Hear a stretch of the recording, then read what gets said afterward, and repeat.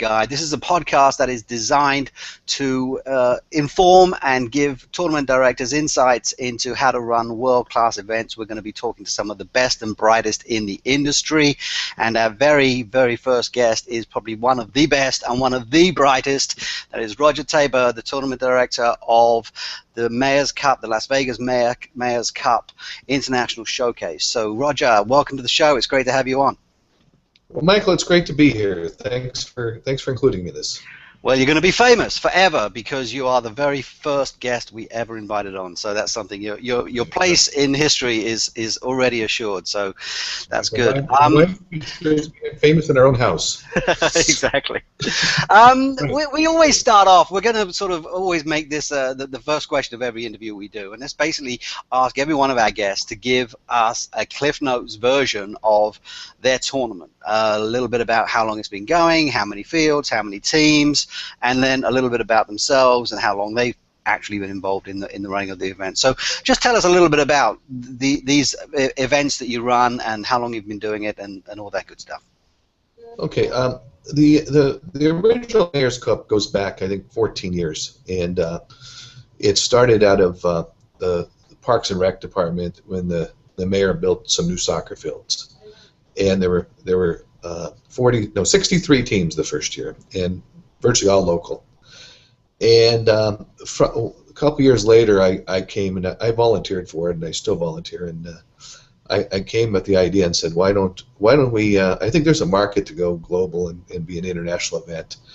And we, as a member of Rotary International local club, we had hosted a couple international teams. So the city was looking to keep make this a sustainable event, and we were looking at just something to help kind of enhance our community and enhance the soccer scene. So we did it. We took over marketing it and operating it in various stages. But eventually October got so big, and we actually had a team come from Russia. And the problem with October was we couldn't. It was a high school age team, and the local high schools couldn't play them. The college coaches couldn't come because October's the middle of the season. So we expanded the event and split it in two. So February and President's Day is when we expanded the event to be two events. And in February we get high school age kids, we get college coaches, and so in 8 years that we went from 0 on February to 490 teams last year. We also added an adult component, the Silver Mug, and had another 60 teams in that. And I think we ended up using 55 fields. Almost every one of them was lit. So those 55 fields, are they at one location or are they spread out across town? How does that play out? No, they're spread across town. We have three facilities. We have one with 13 fields, one with 11, and one with 10. And the 13 fields ends up being the girls' headquarters. We do a lot of hospitality for college coaches there, the women's programs. And then our Kellogg Zaire and Betty Wilson, which are the 10-11 fields, they're 1.5 miles apart.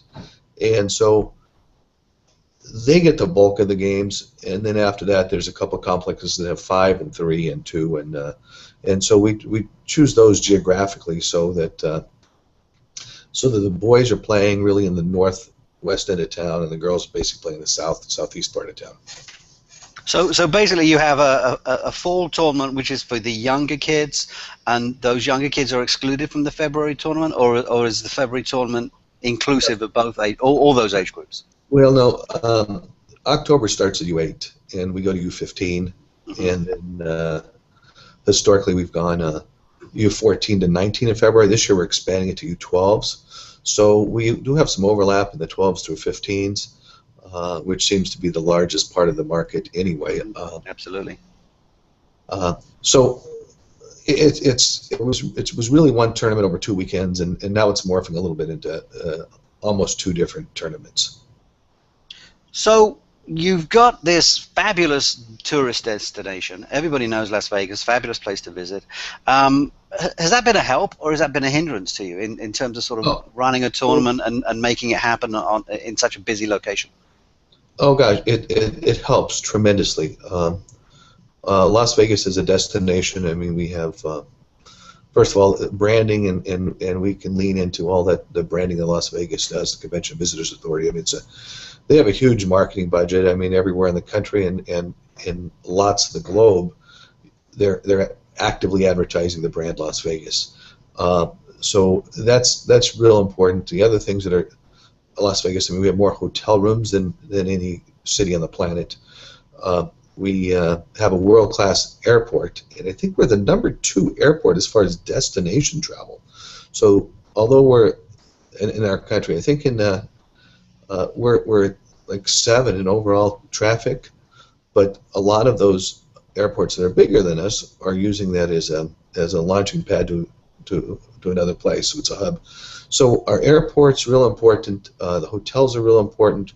We're used to our city's used to handling big crowds, and then the other thing that's really helped is 15 years ago when city officials bought into the idea of world-class soccer complexes. So we've got a destination everyone knows. There's seems to be lots of specials on airfare and how to get there, and it's important. I don't think this plays in Middle America. I mean, it just doesn't play in a lot of other cities. They don't have the same level of resources that we have, and so we're very fortunate that it's in Las Vegas. Now, I would imagine hotel rooms is something of a challenge for you, given the busy nature, and particularly over a holiday weekend like President's Day. You have a state of play policy. Tell us a little bit about that. How does that work out, and how's it structured for your hotel policy? Okay, it's really an important component. But we'll talk about ours. Ours is a little bit different than the typical stay in plays here in Las Vegas because the other tournaments, they as part of the stay and play, they actually mark up hotel room prices and capture that incremental revenue. We don't. It's been very important to the mayor and the city of Las Vegas and tourism travel that they didn't get the perception that we were gouging folks. So ours is guaranteed lowest advertised price. Obviously, with controlling it, it's a couple things we know. Is if we had over 400 teams come from out of town, so if a team were to cancel and withdraw from the tournament, they call the hotel people long before they call us. And our hotel people call us and say there's a team that needs to drop out, and we have a lot more lead time on working to substitute them. A couple other things that are important is that we brought in, gosh, I don't know, 85, 90 referees from out of the area last year, including 25 from Europe. And we need credit. We need hotel credit. If you have so many hotel rooms, you get free rooms, and everyone understands that. So we put our referees up. We put referees up into free hotel rooms until we run out. And obviously, we need. There's revenue that's associated with it, and hospitality that's associated with it, and we need to capture that. But what's unique about Las Vegas is that it's very aggressive marketing, as we talked about earlier in the hotels, that if they get what they call a better customer, which would be a group of adults that are coming here and they will gamble and they'll drink and they'll do all the entertainment that the kids groups don't tend to do. If they might bump us, they might bump a group, and so it seems to me with 400 plus teams, we have half a dozen of these teams that have this issue where they kind of get bumped to another property. And knowing that we have a professional hotelist group that knows every hotel in town, to handle that, it seems to bring a big peace of mind. I mean, that disruption is irritating for the teams, but knowing that we have hotel service that can offer some little concierge hand-holding to assure that they get in the right property, assure that they get treated properly, and it just takes that load off. So we need it. We need it for a variety of reasons, but it's delicate. I mean, it can really do damage to your reputation if you're gouging people and you get greedy. So we're real careful about that. But it's something that our event couldn't operate without it. We need the state of play. Mm-hmm. And presumably, just as you say, the peace of mind of knowing that that big chunk of your operation is being handled, and it's not going to be a headache for you personally when you've got referees and fields and volunteers to manage, and the actual soccer side of the event. Absolutely. It allows us to concentrate on our core business and be confident at that. If we're already torn 100 different directions, and so it's one less direction we want to be torn. Now, obviously your event is called the Mayor's Cup. You mentioned way back that it began 16 years ago from the Mayor's office. How much help do they give you as an office? How much help do you get from the Convention and Visitors Bureau? Are you a big deal to them? Are you a pretty small event by their standards, given how much else is going on in Las Vegas? How does that relationship play out? Well, we've got a relationship with the City of Las Vegas, the Mayor's office. We're contractually tied to that. Mayor comes out and gives awards out to the winners. Local teams are invited to the next city council meeting, and they bring them up on stage and recognize them and give them all a certificate. And it's become the City of Las Vegas's largest outreach project. So it's important to the city. It's important to us that we have a good partner. It's pretty unique when the mayor of a major city comes out, shakes a hand, and congratulates the kids. The Convention and Visitors Bureau is a different entity. Obviously, they work very closely together. For a couple of years, they've supported us financially. They're not supporting us financially now. It's their funding is really tied to starting up and getting events operating and running, and so they've deflected those dollars, if you will, towards new upstart events. But they still support us in regards to other events. I mean, we have a great relationship with the Convention Visitors Bureau. We have a great relationship with Las Vegas Events, and that I'll tell you that is something that's we've always been. Well, it was important to us, and we become good partners, and we leverage those partnerships. And so the mayor's office is important to us. We're sensitive to their needs, just like we are in the state of play. We don't mark up hotel rooms. The Convention and Visitors Authority are very important partners to us, and this week I had a meeting with them, with both the Convention and Visitors Authority, Las Vegas Events. Had a meeting with the mayor's office 3 or 4 weeks ago, and just like I said, they're important to us. We want to make sure that we're always on their radar, and we're sensitive to their needs. Now, their needs, I presume, would involve having as many of your teams and parents, siblings, and all those folks as possible do more than just play soccer. Actually sort of hang out not in the casinos because they're children, but nonetheless in the various tourist attractions you have around town. Is that something that they ask you and you are able to sort of divert, or do you have people basically coming, playing their games, going back to the hotel room, hopping on a plane and going home? How much interaction is a typical participant in your event having with the rest of the city? Well, it's something that I don't monitor close, but the Convention and Visitors Authority comes out and they have professional surveys and they do it. We have some relationships with some restaurants where we put them on the website and they offer specials. I mean, trying to get, as most tournament directors know, trying to have 25 people have a meal in an hour. Not every restaurant can handle that. Mm-hmm. So we do that on trade. They sponsor a meal for our volunteers. They feed our coaches at hospitality, and so we trade out some restaurants. There's a couple of shows, entertainment shows that we do some trade with, and last year we had a French team, and we got both their coaches complimentary access to see the Blue Man Group in exchange. So we do some things on trade in that regard that enhances our event. Would like it better if they gave us money, but they don't. Haven't figured that one out. Mm-hmm. But obviously they come to Las Vegas because of Las Vegas in addition to the great event. And I couldn't answer specifically, but I know it's very, very important to the Convention and Visitors Authority. They track it. They can tell you what the economic impact is for our community, and it's important. The mayor's office has a little bit different interest. I mean, they want to make sure that citizens of Las Vegas are not excluded from this, that they get to participate in it, and it comes across as as a real wholesome in event that's inclusive, and gives them all a chance to shine from the ceremonial part of it.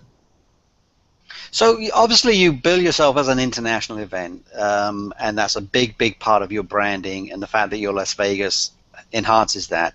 But talk to me a little bit about the challenges and the opportunities that come from being international. How do you actually go about marketing to teams in Russia and Colombia and Brazil? Is it a special challenge to get to those teams? Well, yeah, it's not easy.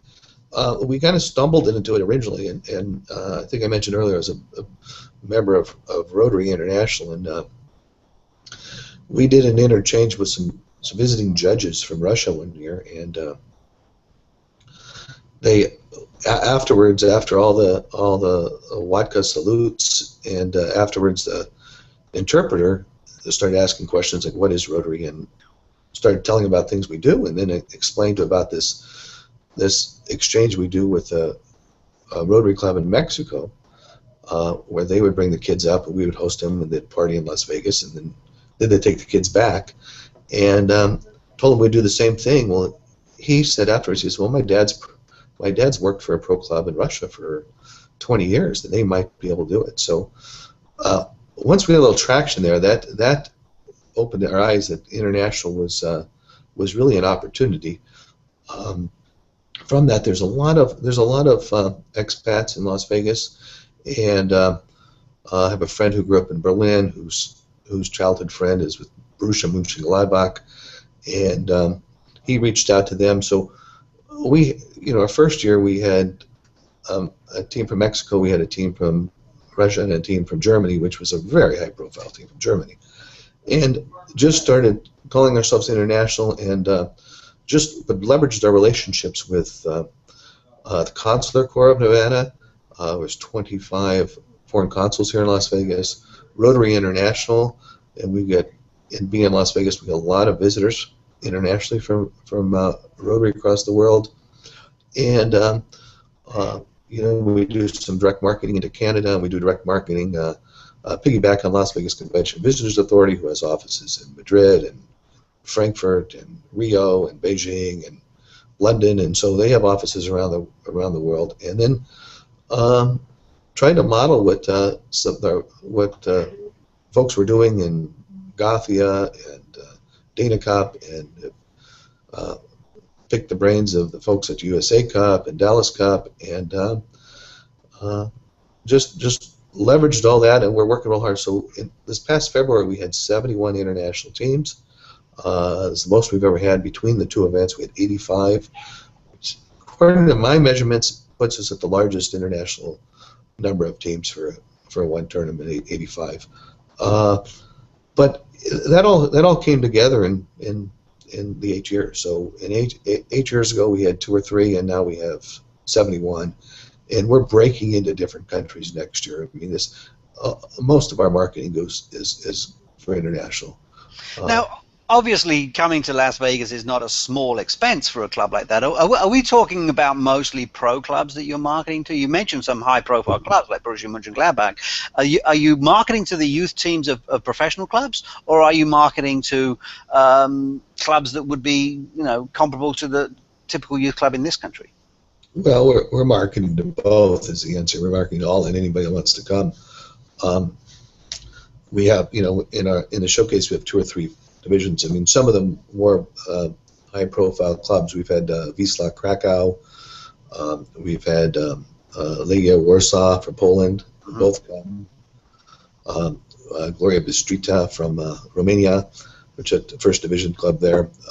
Mönchengladbach is clearly the largest one, and the most high-profile. But there's a group out of France that comes every year. They represent 7 of the top pro clubs in northern France, and each club puts 2 players on the team. They also bring an educator. And so we have some unique visits there, we had a high school team from Nepal come, which was just a great experience, but we're not really at the level of our event and struggled to compete.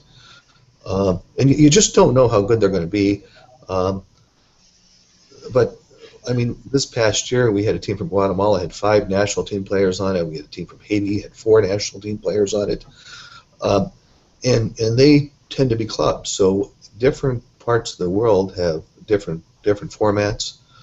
A group out of Brazil did a 6-state tryout. Had hundreds of kids try out for the trip to Las Vegas, and it was a bit of an all-star team from a region. It would be comparable to a regional ODP team.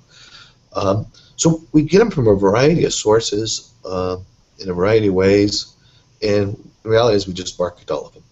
And that must be a challenge for scheduling, because if you've got teams coming in from, as you say, maybe the equivalent of a regional ODP team, except they're from Brazil, which perhaps suggests they're even better than that. How do you manage the scheduling? Do you ask these teams to give an honest assessment of how good they are, or do you just live with the 15-0 score lines? How does that work? Well, candidly, even Mönchengladbach's only won the tournament 2 of the 4 years they've been here with their junior team, and they've had German national team players on it. The team from Guatemala that had 5 national team players lost in the semis to the French team, who lost in the finals to a Utah team. The Guatemalans brought an under-19 team that had no national team players on. They actually won our tournament. A lot of these great teams aren't used to playing so many games in 1 week. The format kind of gets to them a little bit. Mm-hmm. And Las Vegas becomes, I guess, a bit of an equalizer. I mean, they're out sightseeing, they're running around, and that kind of equalizes the talent. We don't really get that. We put them in a top flight. We get some, I would argue that our top flight of U.S. teams is as competitive as any in the country, especially on the boys' side. And so we've had Mönchengladbach, win a couple games 4 or 5, 6-0, but yet win the final by a 3-1 result or something. Mm-hmm. So I don't. We really haven't had a big issue there, as one might think. Oh, interesting. Getting back to marketing, I saw you at the NSAA convention in Philadelphia this past January. You had quite a big booth there. You had two models dressed as Vegas dancing girls, and on a cold Philadelphia day in a room filled mostly with middle-aged men, they made quite an impact. Talk to me a little bit about that event and other events like that you may do. How successful are they from a purely marketing point of view? Are you able to sort of measure ROI on those kinds of investments and count the number of teams or connections that you make in an event like that? Not really. Let's talk about, that's the only event we do that for. The Convention and Visitors Authority basically funded that for us, and it was a tremendous deal because our club, Downtown Soccer, which serves inner city kids, is a relatively small club and modest income. So trying to fund our coaches to get over the convention, we were able to leverage that relationship. So they all took turns staffing the booth, and they were able to attend the convention at the same time. The idea of the showgirls, God, I wish I took credit for it because the guys lining up to take pictures with them. Mm-hmm. By Friday they're all afraid, but by Sunday or Saturday they're ready. They're bold enough to get their picture taken with the Huskies. They figure my wife's not going to see it anyway, so what the heck? Yeah, they get blamed. They go away. They get blamed anyway. They might as well have a picture, I think. That's how I look at it. But the event, the convention doesn't work real well from a calendar standpoint. I mean, we're working on schedules in it. Our tournament deadline is usually 3 weeks prior. So what it does, how we see it as a branding opportunity. There's been a handful of tournaments that are there every single year, and I've always recognized them as being national tournaments. And it seems to me that if we want to be on the national stage, that's the proper venue to be, and to get some notice and make an impact. in our first convention, one of our board members came up with the idea of showgirls, and you know, it's the buzz of the convention every single year. I mean, the first year we did it, it's all people talked about. Did you see the Vegas showgirls? And it brought traffic. It gave us the opportunity to tell our story. Obviously, we weren't getting teams to sign up 4 weeks from there. We were too late for that. We were actually able to get some college coaches from it. They weren't aware of how strong our event was, and but it brands us. We think that. We think that parts of the country that, you know, the East and the Midwest are looking at our event 13 months from now and going to give it some consideration. So with that said, it's really hard to determine what the ROI would be, and we don't even try. We think it makes sense from a branding standpoint. We think it makes sense from leveraging that the people at staff it also get to go to the convention, and we'll be there again. We'll be there again, and it's fun, and you know, it's a once a year kind of below our budget event that we look forward to. Well, one day maybe they'll have the NSCAA convention in Vegas, and it'll save you the flights at least, and then it'll really be something. But no, I think you make an interesting point, because I think most soccer tournaments, and not just soccer tournaments, you know, lacrosse and other sports too, typically will market their events 6, 7, 8 months at the most out from the event, depending on, and some even 3 or 4 months out. But an event like yours, where people are maybe going to have to do fundraisers to pay for it, and think about flights, and think about hotels, and think about it as perhaps not just an every year or 2 or 3 times a year event, but a once in a lifetime event type deal.